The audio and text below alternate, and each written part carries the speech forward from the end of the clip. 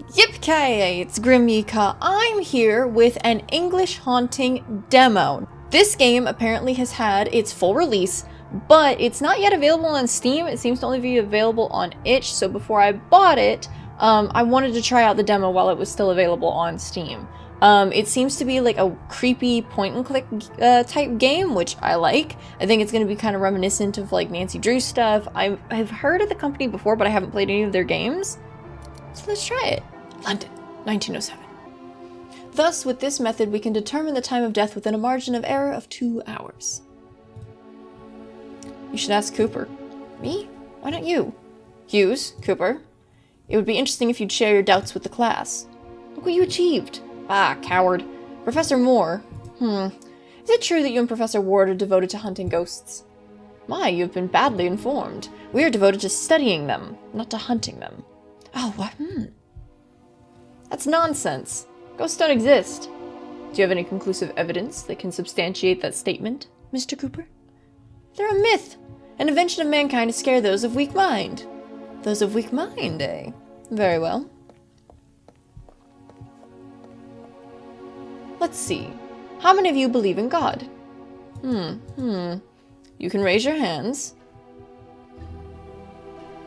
All of you? Well, perhaps you should be studying theology and not forensic medicine. You can lower your hands. I suppose you think that mere belief in him confirms his existence. Is there any supporting evidence? Any photographs? Have any of you seen him taking a stroll in Hyde Park? Has anyone talked to him? The Pope? Okay, let's set that witness aside for the moment. No one in history has been able to prove it. The only proof we have is faith, and that, regrettably, won't do. Look, gentlemen, neither I nor Professor Ward asserts that ghosts exist. We're cautious with regard to that matter, even if we have reliable witnesses and there are a large number of cases. Are those arguments enough to accept this as a fact? No. We'd be falling into the same trap you fell into with respect to God. We investigate these claims with the best tools science has provided us. That is, the scientific method. A method I advise you to use before compulsively raising your hands to defend your beliefs. I don't think my father would agree with all this blasphemy. Your father agrees with the idea that students from poorer classes should never be allowed into a university, as well as agreeing to use child labor in his factories. So with due respect, Mr. Turner, you can take your father's opinion and... Come in. I'm sorry to interrupt, Patrick. It's quite alright. What do you need? Look, the dean wants to see you. Can't just wait? The lecture's almost over. It's a delicate matter, Patrick. Is it about Rose? No, it has nothing to do with Rose. What a relief, I was starting to worry. Talk to him, would you? I'll take care of the lecture. What were you teaching? The scientific method. Apparently these gentlemen don't get it yet. Noted.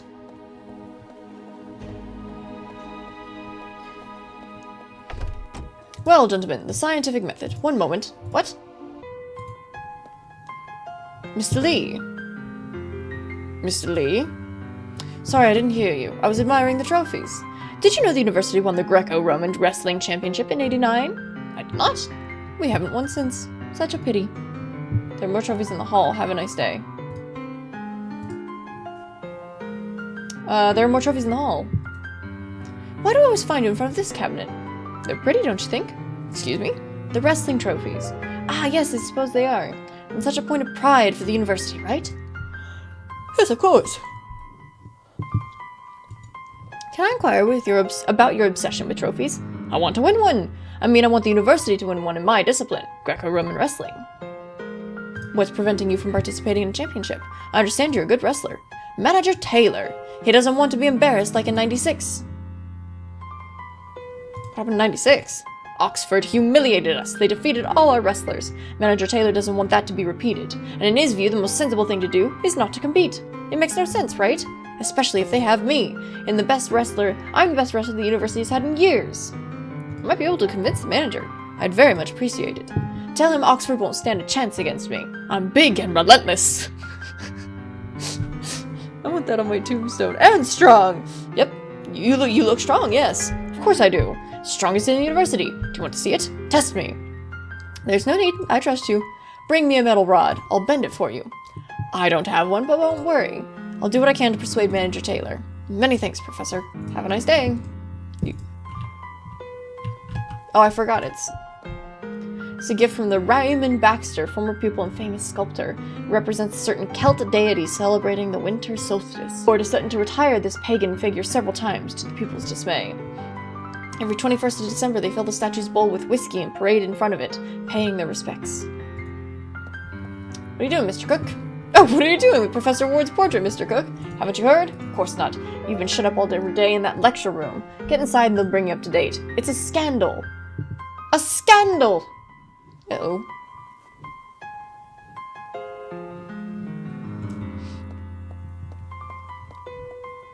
Mr. Price. Professor Moore? Studying? Yes. Well, no. Reading a treatise on medieval churches and, let me see. My dear Gregory, I am telling you the exact truth. I believe I am now acquainted with the extremity of terror and repulsion which a man can endure without losing his mind. I'm sorry, don't worry, Mr. Price. Don't be ashamed of reading Mr. James. He's a national treasure. Continue with your reading. Thank you, Professor Moore. Ooh. Ah, Professor Moore, good afternoon. Good afternoon, Dean Carter. Rector Williams, a pleasure. Good afternoon, Professor Moore. You can get a chair from the back, and that won't be necessary. This meeting will be brief. Explain the facts, Dean Carter. Look. This week, the university received a generous donation for the Metaphysic Investigations program run by you and Professor Ward. £5,000. That was a lot back then. 5? That's amazing. It would be if not for a terrible event. All that money has disappeared from the Bank of England. What? We've demanded an explanation. They've confirmed the money was withdrawn yesterday by your colleague. How is that? We wanted to speak with Professor Ward, but he didn't appear today for his lectures. Let's try to remain calm, gentlemen. The professor might simply be... We've been trying to locate him all day. He's vanished. He's run off with the money. It's an unprecedented scandal. Are you sure it was Professor Ward? Someone could have impersonated him. There are witnesses, and the signature with which the money was withdrawn is undoubtedly his. Lest we forget, his whereabouts are unknown. We believe in presumption of innocence. We believe in presumption of innocence and respect it, but in this case, I'm sorry, Professor Moore, this is the unvarnished truth. Who donated the money? We only know as a group of intellectuals from London society, nothing else. It appears they've had no intention of making it public, and given the circumstances, they prefer to keep it that way. Why would he do that? This is exactly what we're wondering. How could he withdraw the money? He's just a teacher. He shouldn't be authorized. At one time, he combined his teaching job with the position of deputy treasurer. That was years ago. He resigned. Nevertheless, he's still registered at the Bank of London. We suspect he took advantage of that to commit this, crime. Get to the point, Dean Carter. Yes. I'm sorry to tell you that as a result of this matter, the board is considering eliminating your metaphysics investigations department. Oh, man! But that can't be. It is. My predecessor authorized this department because of the immaculate career of Professor Ward. Sir Archibald Ellsworth would roll over in his grave if he knew of this infamy. Surely you didn't presume to hope we'd keep this nonsense going after what happened, did you? I understand that there's discomfort with Professor Ward, but I'm a part of the department too. It isn't fair that I should be blamed for acts which I am not responsible. We know, Patrick, but... Patrick? You mean Professor Moore. And I would beseech you not to challenge the board. However, as a courtesy to you, we wish your exit from the department to be as... Stop with this rubbish, Dean Carter. You have 72 hours to prove that your ghosts exist. If you don't present us with material proof by that deadline, forget about your department. 72 hours? That's not time enough to prove to prove what no one has ever proven throughout the entirety of history of mankind. That is your problem, and express your thanks to Dean Carter. He's the one who proposed it. If it were up to me, I would brick up that circus right now with my own hands. Damn it! We're the laughingstock of every university in the United Kingdom. Let them laugh all they want, Vice-Chancellor Williams. They only display their ignorance. Do you want some advice? Forget about those ghost fantasies and focus on your work as a teacher. You're the best teacher of forensic medicine in all London. Focus your work, for God's sake. This is a serious institution. Superstition has no place here, and neither do your progressive ideas. Are you aware that we have received complaints from some students' fathers because of your radical ideas? What's wrong with being a progressive? Isn't it part of the university motto? Knowledge, improvement, progress? Ooh, we gonna fight? Don't be a wise arse with me, and remember who you're talking to. 72 hours, Professor Moore. Prepare yourself to say goodbye to a fantasy that never had any place in an institution as respectable as this one. 72 hours, Henry? It's humiliating! Why don't they just close the department immediately? I have more bad news to tell you. Really, there is more. Your department has been sealed. You won't be able to use any of the resources inside. Damn it, Henry! Couldn't you? I can't. If someone sees you there, they'll know it was me who conceded. That would put me in an awkward situation. The board is treating this matter very seriously. I don't want my position to be jeopardized. I beg you to understand. Yes, I do. I didn't mean to put you in a predicament. I'm sorry. I know the search for the great beyond is your life, but I'm sure adversity will stretch your intellect even further. I don't know how, but try to find proof, please. If it's strong enough, I'll show it to the board and they'll be forced to keep the department open. I can look at a globe. I wonder if Professor Ward is still in London. That's the same thing I want to know. What kind of proof do you need to show the board? The tangible kind, of course. Something so conclusive that it would convince the ignoramuses on the board to reconsider their beliefs. What a genius, huh? Who? Ah, Williams, yes. You know, he's never agreed with the university being involved in supernatural matters, even if they're studied through science. What happened with Professor Ward was the perfect excuse to close down the department, don't you think? To him, it was like manna from heaven. It's what he's been waiting for since the beginning. I have no doubt about that. Williams is an old-school teacher, quite literally. His closed mind belongs in the last century. Forget about him and focus on searching for proof of supernatural activity. I will try to keep him at bay as best I can. I still don't believe what Professor Ward did. Indeed, I'm still processing it myself. But the evidence is unequivocal, Patrick. I'll see what I can find. Time is of the essence. Good luck, Patrick. I won't be able to prove the great beyond exists in such a short time without the professor's help. I need to find him. Maybe I can discover something that will help me find him at home on the Dorset Street. Ooh! I have a map!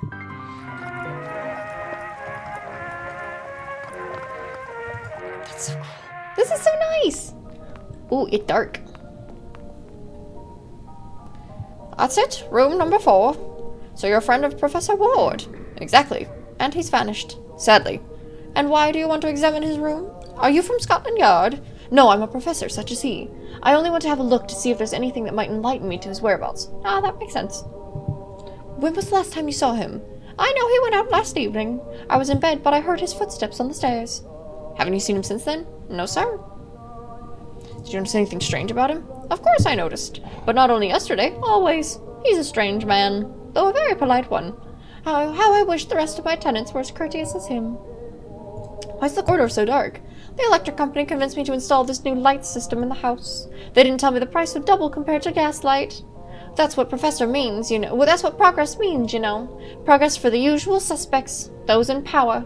I've told the tenants not to use the corridor light unless they want my bills to start affecting their rent. It's curious that he lived here. I mean, his salary was high enough to afford him a better place than this. This hovel? Is that what you wanted to say? I don't mean to offend you, Miss Dawson. No, you would be right. This is a hovel. Though it's the classiest hovel in all of the East End. And with the biggest rooms for 4 blocks. Would you be the kindest of lending me the keys to the room? I don't have it. How's that? Professor Ward was a bit forgetful. He asked for my copy of the key in case he lost his. It wouldn't be the first time that happened. So he's got 2 keys, and me none. That's it. How can I get into his room? You can wait for the locksmith to come tomorrow. I'm afraid I don't have that much time. Or you can try to open the door yourself. I won't complain. But please try not to break it. I'll be downstairs if you need me. Oh, plant. There's barely any light. I can't discern what kind of plant this is. So then do I need to, like, turn on the light? Oh, there's a switch. One moment. There's something inside the lamp. So I have to break daisies. Rules of the house. The rent is paid on the first day of each month.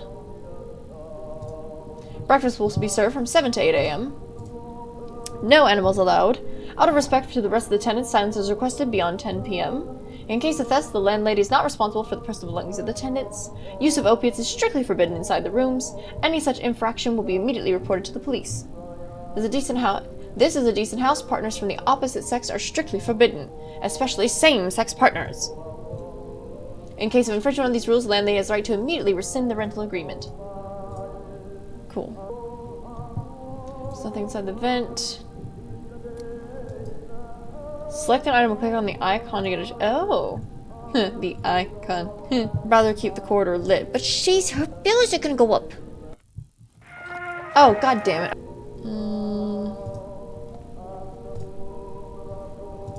Oh, whoops. Well, okay.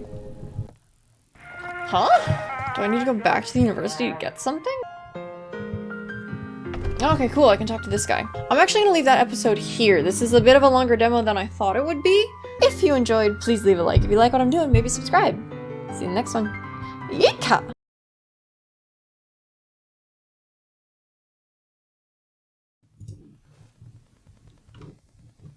Uh-oh. Please don't. Don't. Please don't. No. No, it crashed. Are you fucking serious?